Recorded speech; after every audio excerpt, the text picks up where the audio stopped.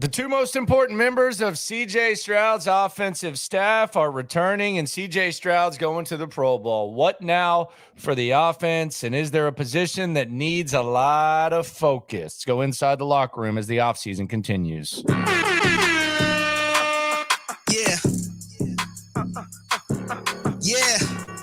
It's the locker room on YouTube. You know what it is. Let's get it. Hey, locker room. Yeah, we in the locker room. Texas talk. Yeah, you know what we about to do. Bobby Slowik not going anywhere. The offensive coordinator remains with the Houston Texans. Gerard Johnson, he's not going anywhere. It is the locker room, number one source for Texans daily digital content. I'm Landry Locker. You can hear me Monday through Friday, 10 to 2 Central, Sports Radio 610, and the Odyssey app. So we started out the afternoon today. Actually posted a video, and then the other piece of news happened. I guess we should start in the morning. We got news that C.J. Stroud named to the Pro Bowl, which is well-deserved and cool, but for perspective, Gardner Minshew got into as a replacement. So the Pro Bowl, it's great. It's good that CJ gets that, but at this point, it's such a watered-down product. They're not even playing a game anymore. It's kind of weird that they even need replacements. But yes, the quarterback for the Texans' his rookie year is named to the Pro Bowl. So that was news piece of one. It was cool. It was kind of like a moderate footnote. Then the big news started. The biggest news, offensive coordinator Bobby Slowik will be back. So Bobby Slowik will call plays for a second year for the Texans. Don't know that he turned down any job. Could be as simple as, he basically got shut out and the Texans decided to hit him with a raise. Who knows? Could have been extra selective. Could have decided, I don't want to go to Washington and I don't want to have my success as an NFL head coach rest on the shoulder, legs, whatever of Jaden Daniels or Drake May. Could have said, I don't want to go be in charge of Geno Smith and that offense. Who knows? Or he could have just got shut out. But regardless, Bobby Slowik will be back. So the Texans get a offensive coordinator that had some success last season, someone who CJ Stroud's comfortable with, and someone who got interest as a head coach. He's coming back. Then we got the news that Gerard Johnson, friend of the show, very big friend of the show, he's going to be back as well. After interviewing for a number of offensive coordinator jobs, Gerard Johnson will be back as the quarterback coach. And I was talking about this in the video when the Slowik news dropped. Gerard had to be selective, like perhaps even more so than Bobby Slowik. Gerard Johnson had to be selective because there's no rule that says you have to be an offensive coordinator before you become an NFL head coach. There's no rule. Mike McDaniel was never an offensive coordinator.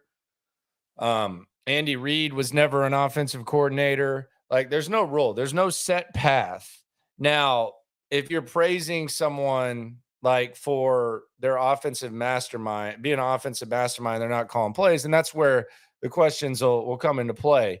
But Gerard Johnson does not need to be an offensive coordinator to be a head coach. Furthermore, let's say Gerard takes the New Orleans Saints gig. And keep in mind, Gerard is from Houston. His wife is a Houstonian. She's traveled with him to Indianapolis. She's traveled with him to Minnesota. So she's been and they just had a baby. So he's lived that coaching life. But if you go to New Orleans, and let's say you go to New Orleans and you do a decent job, but the Saints don't make the playoffs, Dennis Allen's getting fired. And then you're almost like right back to square one. Like if you go to Pittsburgh and you're in charge of turning around Kenny Pickett or whoever the hell else they have, and stuff hits the fan, the Bengals, the Browns, and the Ravens are, better. I mean, who knows if Mike Tomlin stays or not, but it's been clear that the offensive coordinator at the very least is going to be the scapegoat. So there's no guarantee there. Tampa Bay, Baker Mayfield had a good year.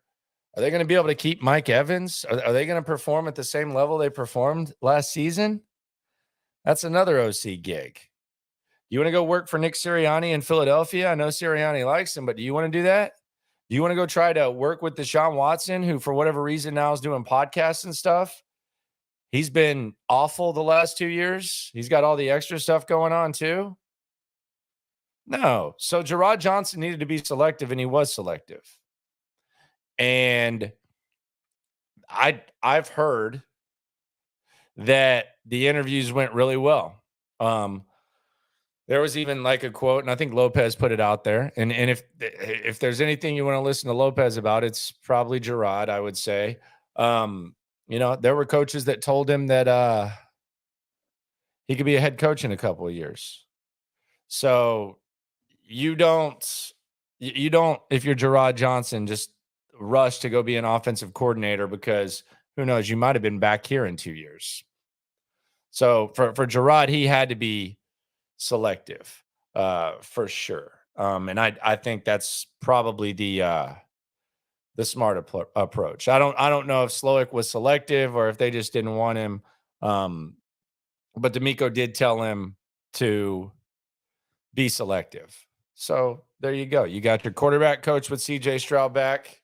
You got your offensive coordinator with CJ Stroud back.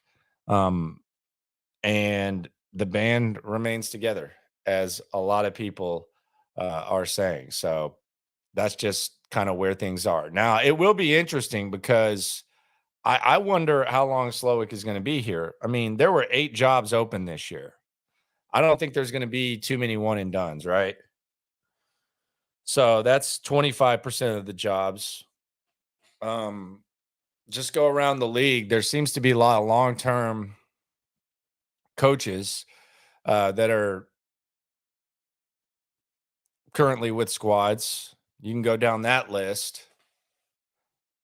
Ben Johnson's going to be on the market next year once again. Who knows what happens with Vrabel? I mean, someone's got to at least consider hiring Belichick, right? Does he get squeezed out?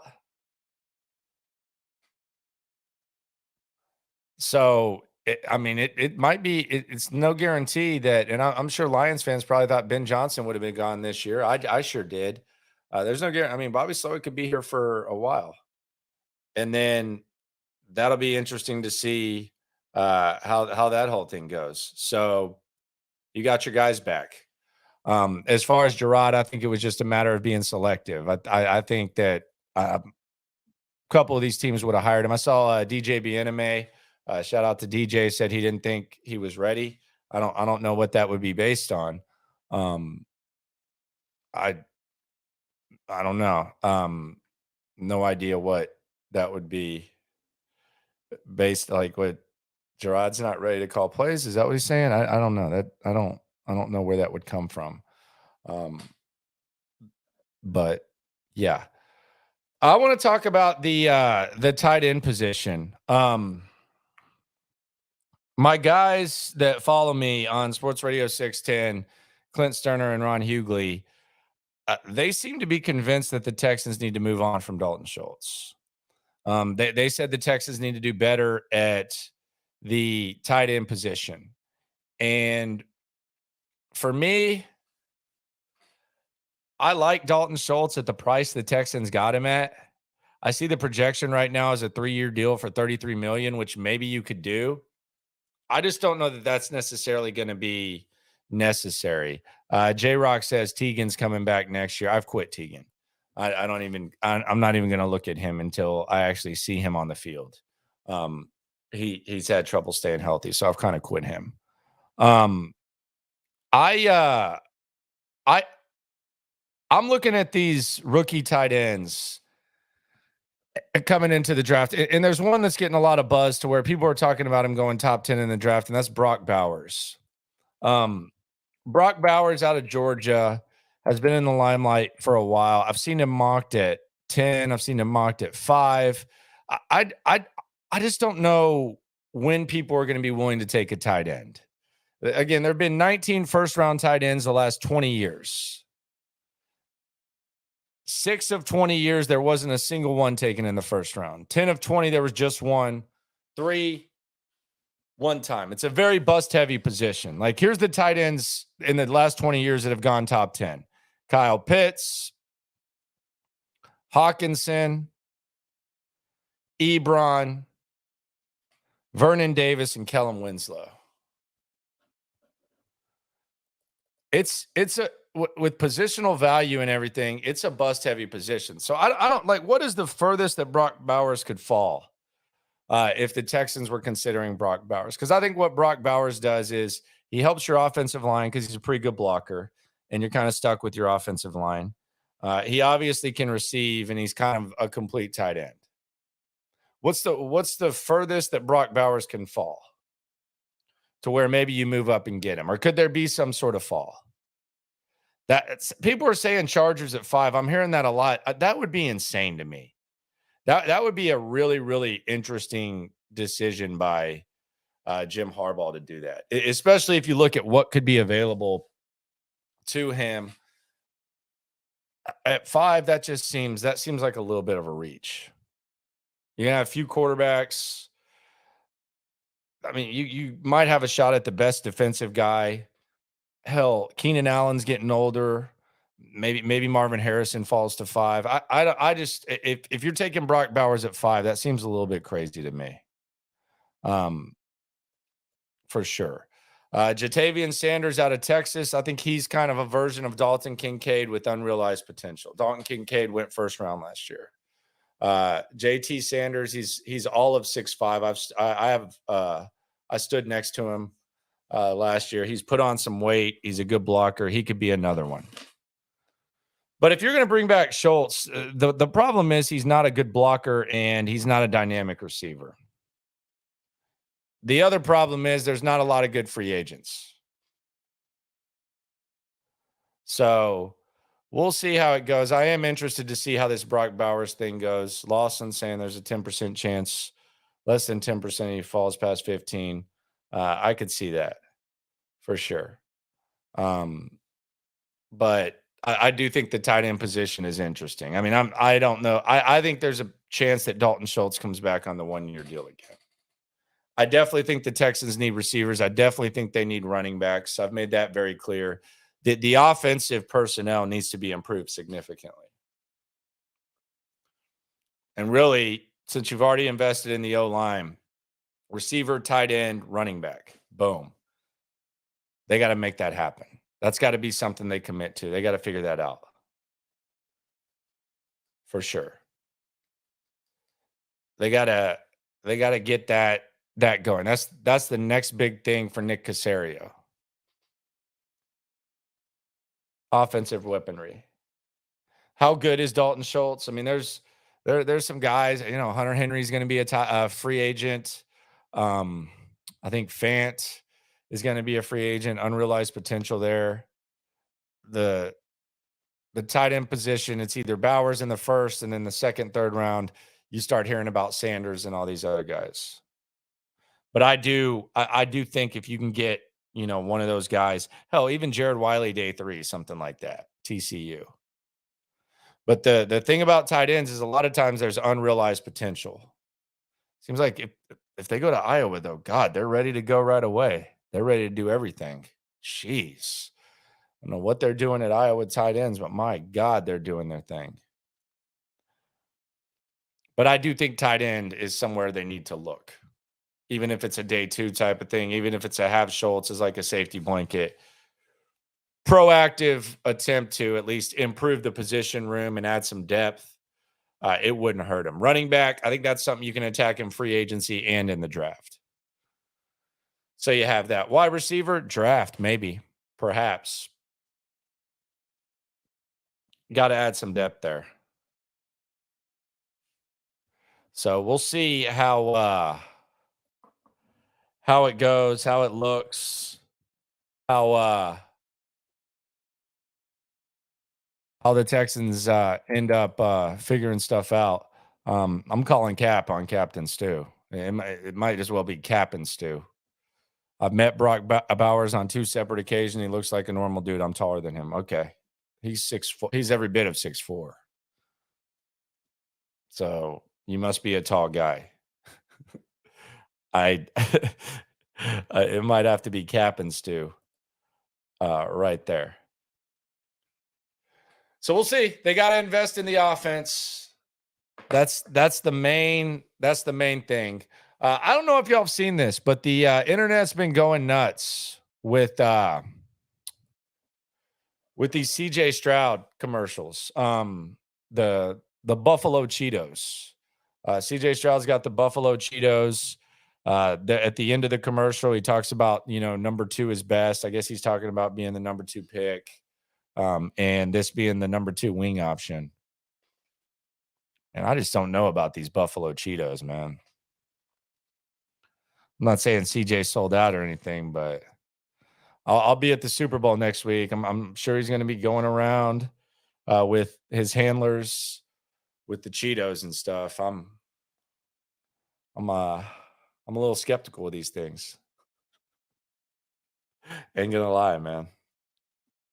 Not worried about CJ going Hollywood though. J-Rock says they're good. Good compared to what, bro? Good compared to what, bro? They ain't better than the jalapeno cheese. They ain't better than the hot Cheetos. I'll definitely try him. I'll try him if he's coming through.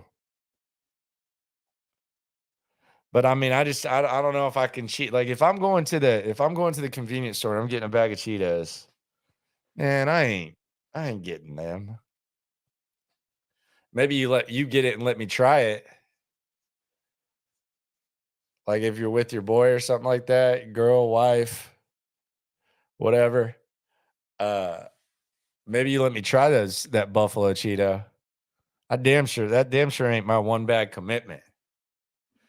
Get on them kettle cooks, the the hot and spicy ones, maybe some chili cheese Fritos. But man, I ain't doing all that, man.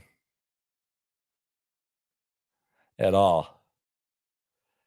It'll be interesting. George says Brock Bowers looks like an in-betweener. In between what? Did y'all see him at all? I see the one dude saying he's short, and George is saying he looks like an in-betweener. In between what? What is he an in-between of? He's 6'4", 240. He might look like he can do a lot more, but an in-betweener is someone who doesn't have a certain spot that they can line up and have elite assets and traits. Yeah, they might run sweeps with him. They might be able to put him in the slot, but the dude can block. I don't know what an in-betweener to you is. Brevin Jordan's an in-betweener, sir. Brock Bowers ain't no in-betweener. Sheesh. That's tough right there. That's real tough. I'm familiar with Jared Wiley. So little known fact about Jared Wiley, or it might be a widely known fact. I don't know how much college ball y'all watch. But he was actually at Texas before he went to TCU. He was a quarterback. He was actually Quentin Johnston, who's now with the Chargers. He was actually his quarterback in high school. So Jared Wiley was like a big ass quarterback throwing to Johnston from TCU when they went to the title game. So they're from the same town. So it's interesting fact there. What's the best way to improve the run game? Appreciate you, Marcus. They've got to improve the running back position. They're getting guys back in the interior, so they'll be able to shuffle around and figure out what they like. And Titus Howard needs to be he needs to justify the contract they gave him, which looks a little bit meh right now. I mean, it'd be nice if they, I'd rather be going into the offseason, perhaps with free bread there, but they're going to pay Titus like a top 5 right tackle, and hopefully he plays like one.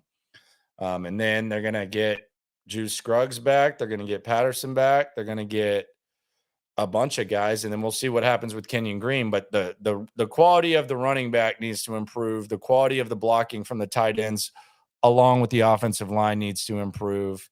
And they need multiple backs that can do things instead of just one guy, Devin Singletary, who in a perfect world is a complimentary guy. That's really the key to improving the run game. JB says, don't want to spend the capital it would take to get Bowers, upgrade elsewhere, running back, wide receiver, DT, edge, corner, safety. All right, that's a big-ass list. Running back, there's no one worth taking in the first round at running back. Wide receiver could be a money spot, although day 2 and 3, I think, is going to be stacked with wide receivers. I think this is going to be a few teams are going to get steals in day 2. D tackle, not going to pretend to be an expert on that. Depends what you want. If you want, I know Cody Stutes is watching Sweat from Texas right now. That's a big ass run stopper type of dude. Some would probably call him a 2-down guy. I think he's probably a little bit more agile than people give him credit for. Edge, yes, if you're going to let Grenard go, you probably need to figure something out there. Although D'Amico Ryans kind of specializes in that fairy dust. So yes, corner. You have Stingley. You're going to have to perhaps pay Stingley after this year. Got to make decision on Nelson. So you could be right at corner depending on what they like. Safety, yes, absolutely. Jimmy Ward is not getting any younger. And the Jalen Petrie situation is not ideal after this season. Bevo talking about Brock Bowers. Yeah, he's got a messed up hairline, but I don't know what y'all talking about. Like, he's a tweener and he's small. I don't. Are y'all talking about the same guy? I don't think y'all are, man. I don't think y'all are watching that at all. Blue Boy 9 says we're not as financially invested in the O-line as everyone thinks. Tunsil, Mason, and Howard are tied up, but we cannot run it back with the interior. What is you saying, sir? We're not as financially invested in the O-line as everyone thinks. Tunsil, Mason, and Howard are tied up. Yeah, so you have the highest paid offensive lineman in the league in Tunsil. You have a top 5 highest paid tackle in Howard. And Shaq Mason, I think, is the 12th highest paid guard. And we're not as tied up as people think. And you used a first-round pick on Kenyon Green, and you used a second-round pick on Juice Scruggs. Blue Boy, I'm sorry, man. I got to put you in timeout for that one, man. What is going on with y'all? Y'all are in the offseason form right now. Not as tied up as we think. And then you list the highest paid offensive lineman in the league, a top 5 and all that. George, you just asked what month the draft is. You're in timeout too. Sometimes you just got to Google, sir. What month is the draft? I'm sorry, sir. All love. We'll see you back in 5 minutes. You just got to put your nose in the corner. Scott says D-line is going to be the pick if you listen to D'Amico. I don't think D'Amico's married to anything. He has said that they need to improve the interior D-line, but he also says they need to improve a lot of things. But, it wouldn't shock me if they go with the D-line. It wouldn't upset me. I'm telling you, that day 2, day 3, it's a money pit. It is a money pit of skill position guys that the Texans need. Day 3, too. Like, needing skill position guys, it's nice because you don't have to go in the sticks too much. I wouldn't be surprised with them going linebacker. Who knows? I have no clue. Did I see a potential Aaron Donald trade? No, I didn't. Thoughts? I have none. I don't know what that is.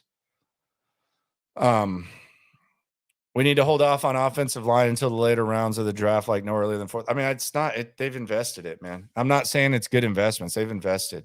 And you're good. You're good with Tunsil. You think you're good with Howard. Shaq had an okay year. Juice Scruggs showed you some things. Patterson was looking okay. So we'll see how it goes. Y'all are naming names right now. I don't even really. I don't really need to know where to start there. There's a lot of stuff going on. So we will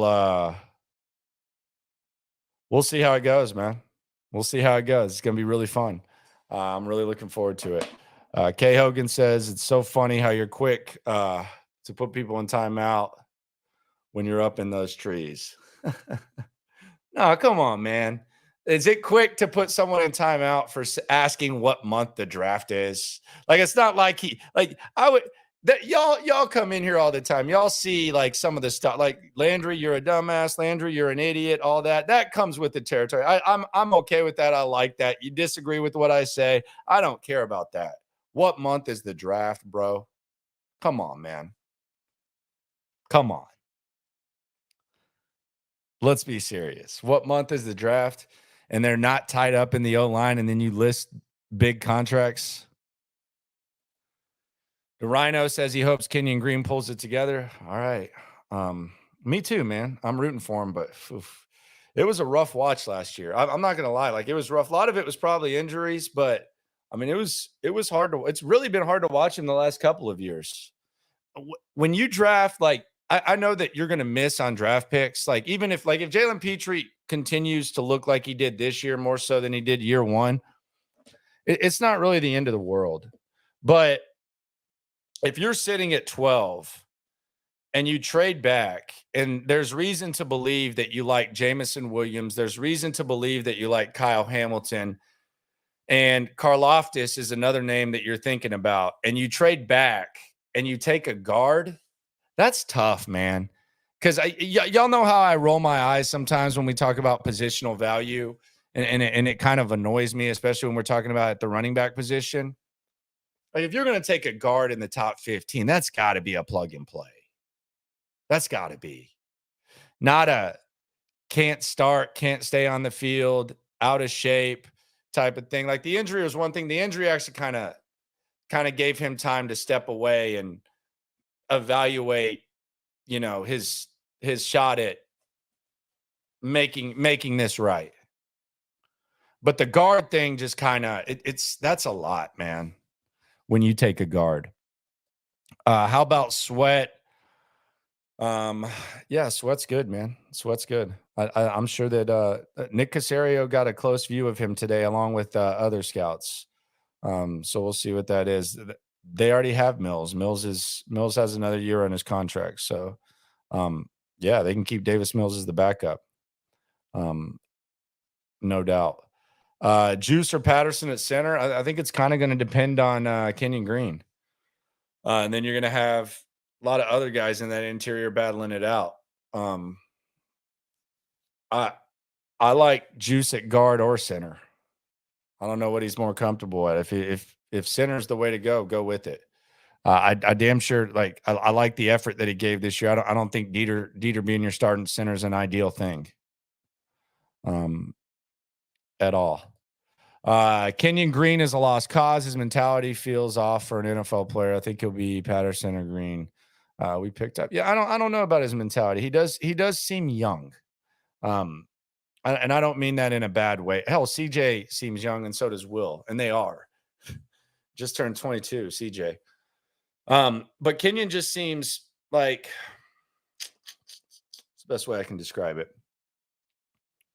He almost seems like the freshman, like in middle school when the kid's getting hyped up and you're like, okay, this guy has a chance to be on varsity next year. He almost feels like the freshman or sophomore that's trying to play varsity football for the first time, and whatever it is, it seems like it's a little bit of a struggle. So it's not as easy to him strength wise. And then a lot of times when you see him, it doesn't seem like he's in the shape that his peers and his other rookies are in. It just doesn't seem to line up. Like last year, I always talk about the 2-year body, where these guys get a full season in an NFL program and then they come back and you're like, damn, that dude's huge now. Dude's massive. Roy Lopez was a lot of guys. Garrett Wallow, Nico Collins, even Brevin Jordan. All these guys come back in their second year. Even guys who have like disappointing seasons, they seem to be like physically in shape. Kenyon Green didn't look that. He looks overwhelmed in practice. We'll see. Maybe the year away will help him. At this point, like, am I expecting? I don't think there will be a time where I look back at selecting Kenyon Green instead of staying put and taking Kyle Hamilton or Jamison Williams or George Karlaftis or Tyler Linderbaum, another guy that we were talking about. I don't anticipate a time where we look at that and say, damn, you know what? That wasn't too bad. But I would like to see what Kenyon can do, man. I'm rooting for the guy. Hopefully he comes in ready to go and gives it the best shot he possibly can. Yeah, Stingley came back jacked. That's a good example. Huge. Stingley was big for sure. So we'll see how it goes. Blue Boy's back from timeout. Shout out to Blue Boy. Going back on the offensive line investment. Yeah. We'll move past that. We got plenty of offseason to get to. So CJ Stroud, Pro Bowl. Okay. Is he going to play dodgeball? Buffalo Cheetos, meh. Bobby Slowik back. Gerard Johnson back. So perhaps the third biggest piece of news for CJ Stroud today was that he made the Pro Bowl. How about that? Tight end position. How do you feel about it? Appreciate everyone for coming through. Let's get one more comment in here. Happy Biscuit. Am I the only one who is always surprised how gentle Stingley's voice is? I don't know what gentle means to you. A lot of bass in that. He might not be like screaming like me, but there's a lot of bass in that. That's country ass bass right there. He might not like talking, and he might, sometimes mumble when he's talking to the media because he's more about actions than words. But you're making it sound like he sounds like Bryce Young or something like that. A lot of bass in that country ass voice. Appreciate y'all for coming through. Subscribe, like, ride along. We'll get into this tomorrow on the show. Super Bowl, be there on Sunday. That's when the flight's getting in. Hopefully we talk to CJ and Tank. Hope it's our time slot. I got a feeling it might be afternoons though, but I'm going to keep my fingers crossed and hope it's ours. So we'll see how it goes, but some good news for the Texans. Keep this going. Offseason picking up. The draft is, less than 3 months away. Let's get it. No matter what happens when it comes to this Texans stuff, we got plenty of time to talk about all these rookies. God, we got 3 months. We're all in it together. Thanks for coming through. Be sure to subscribe, like, ride along. We're all in it together. Fun offseason, big day for the Texans. Very, very, very productive day. We the pulse of the city too. Landlocked, got the game in the headlock. Localized every time, can't stop, won't stop. Yeah, we top 2 and we not too. Plugged in daily digital on YouTube. We got taste for days, opinions to give. We got takeaways. If it's up, then it's up. We number 1. You don't need to try your luck. Locker room, yeah, we in the locker room.